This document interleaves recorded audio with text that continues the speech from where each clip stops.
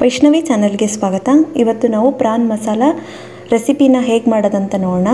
ತುಂಬ ಟೇಸ್ಟಿಯಾಗಿರುತ್ತೆ. ಇದಕ್ಕೆ ಬೇಕಾಗೋ ಇಂಗ್ರೀಡಿಯೆಂಟ್ಸ್: ಪ್ರಾನ್ ತೊಗೊಂಡಿದ್ದೀನಿ ಅರ್ಧ kg. ಮೇಲಿರೋ ಶೆಲ್ಸ್ನೆಲ್ಲ ತೆಗೆದು ಉಪ್ಪು ಅರಿಶಿನ ಹಾಕಿ ಚೆನ್ನಾಗಿ ತೊಳೆದಿಟ್ಕೋಬೇಕು. ಸ್ವಲ್ಪನೂ ನೀರಿಲ್ದಂಗೆ ಡ್ರೈನ್ ಮಾಡಿ ಇಟ್ಕೊಳ್ಳಿ. 2 ಈರುಳ್ಳಿನ ಈ ರೀತಿ ಸಣ್ಣದಾಗಿ ಹೆಚ್ಚಿಟ್ಕೊಳ್ಳಿ.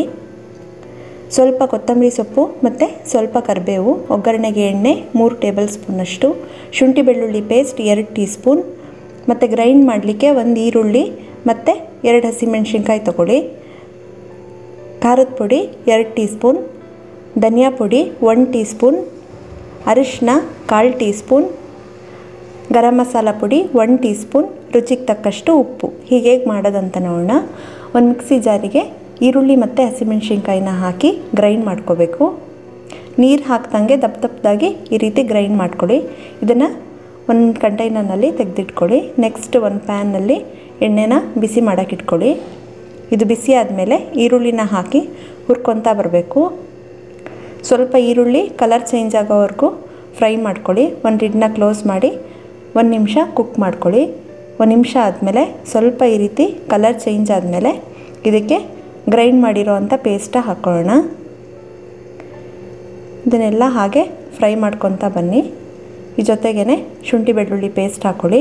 ಇದೆಲ್ಲ ಲೈಟ್ ಬ್ರೌನ್ ಬರೋವರೆಗೂ ಫ್ರೈ ಮಾಡ್ಕೊಬೇಕು. ಸ್ವಲ್ಪ ಹಸಿ ವಾಸನೆ ಎಲ್ಲ ಹೋಗೋವರೆಗೂ 1 ನಿಮಿಷ ಫ್ರೈ ಮಾಡ್ಕೊಳ್ಳಿ. ಇದೆಲ್ಲ ಫ್ರೈ ಮಾಡಿ ಪ್ರಾನ್ ಹಾಕ್ಕೊಳ್ಳಿ. ನಾನಿಲ್ಲಿ ಟೈಗರ್ ಪ್ರಾನ್ ಹಾಕ್ಕೊಂಡಿದ್ದೀನಿ. ಸಣ್ಣದು ಬರುತ್ತೆ ಪ್ರಾನ್ಸು, ಅದ್ರದ್ದು ಅಷ್ಟೇ ಶೆಲ್ಸ್ ಎಲ್ಲ ತೆಗೆದು ಮಾಡಬೇಕು. ಇದಕ್ಕೆ ಸ್ವಲ್ಪ ಅರಿಶಿನ ಮತ್ತು ರುಚಿಗೆ ತಕ್ಕಷ್ಟು ಉಪ್ಪು ಹಾಕ್ಕೊಳ್ಳಿ. ಹಾಕಿ ಮಿಕ್ಸ್ ಮಾಡಿ ಒಂದು ಲಿಡ್ನ ಕ್ಲೋಸ್ ಮಾಡಿ ಕುಕ್ ಮಾಡ್ಕೋಬೇಕು. ಒಂದು 10 ನಿಮಿಷ ಉಪ್ಪು ಅರಿಶಿನದಲ್ಲಿ ಚೆನ್ನಾಗಿ ಬೇಯಬೇಕು. ಒಂದು 10 ನಿಮಿಷ ಆದಮೇಲೆ ನೀರೆಲ್ಲ ಬಿಟ್ಟಿರುತ್ತೆ ಮತ್ತು ಪ್ರಾನ್ಸ್ ಕೂಡ ಈ ರೀತಿ ಶ್ರಿಂಕ್ ಆಗಿರುತ್ತೆ. ಇದನ್ನೆಲ್ಲ ಒಂದು ಸಲ ಈ ರೀತಿ ಮಿಕ್ಸ್ ಮಾಡಿ ಇದಕ್ಕೆ ಖಾರದ ಪುಡಿ ಮತ್ತು ಧನಿಯಾ ಪುಡಿ ಹಾಕ್ಕೊಂಡು ಮಿಕ್ಸ್ ಮಾಡ್ಕೊಳ್ಳಿ. ಸ್ವಲ್ಪ 1 ನಿಮಿಷ ಅಥವಾ 2 ನಿಮಿಷ ಲೋ ಫ್ಲೇಮ್ನಲ್ಲೇ ಈ ರೀತಿ ಫ್ರೈ ಮಾಡ್ಕೊಳ್ಳಿ. ಈ ರೀತಿ ಎಣ್ಣೆ ಎಲ್ಲ ಬಿಡುತ್ತೆ. ಎಲ್ಲ ಒಂದು ಸಲ ಮಿಕ್ಸ್ ಮಾಡಿಬಿಟ್ಟು ಇದಕ್ಕೆ 1 ಕಪ್ನಷ್ಟು ನೀರು ಹಾಕ್ಕೊಳ್ಳಿ. ಸ್ವಲ್ಪ ಗರಂ ಮಸಾಲ ಪುಡಿ ಹಾಕ್ಕೊಳ್ಳಿ. ಎಲ್ಲ ಒಂದು ಸಲ ಮಿಕ್ಸ್ ಮಾಡಿ ಒಂದು 10 ನಿಮಿಷ ಕುಕ್ ಮಾಡ್ಕೋಬೇಕು ಮೀಡಿಯಮ್ ಫ್ಲೇಮ್ನಲ್ಲೇ. ಒಂದು 10 ನಿಮಿಷ ಆದಮೇಲೆ ಎಲ್ಲ ಮಿಕ್ಸ್ ಮಾಡಿ ಇದಕ್ಕೆ ಕರಿಬೇವು ಮತ್ತು ಕೊತ್ತಂಬರಿ ಸೊಪ್ಪು ಹಾಕ್ಕೊಳ್ಳಿ. ಹಾಕಿ ಎಲ್ಲ ಒಂದು ಸಲ ಮಿಕ್ಸ್ ಮಾಡಿ ಒಂದು 2 ನಿಮಿಷ ಸಿಮ್ನಲ್ಲೇ ಇಟ್ಕೊಳ್ಳಿ.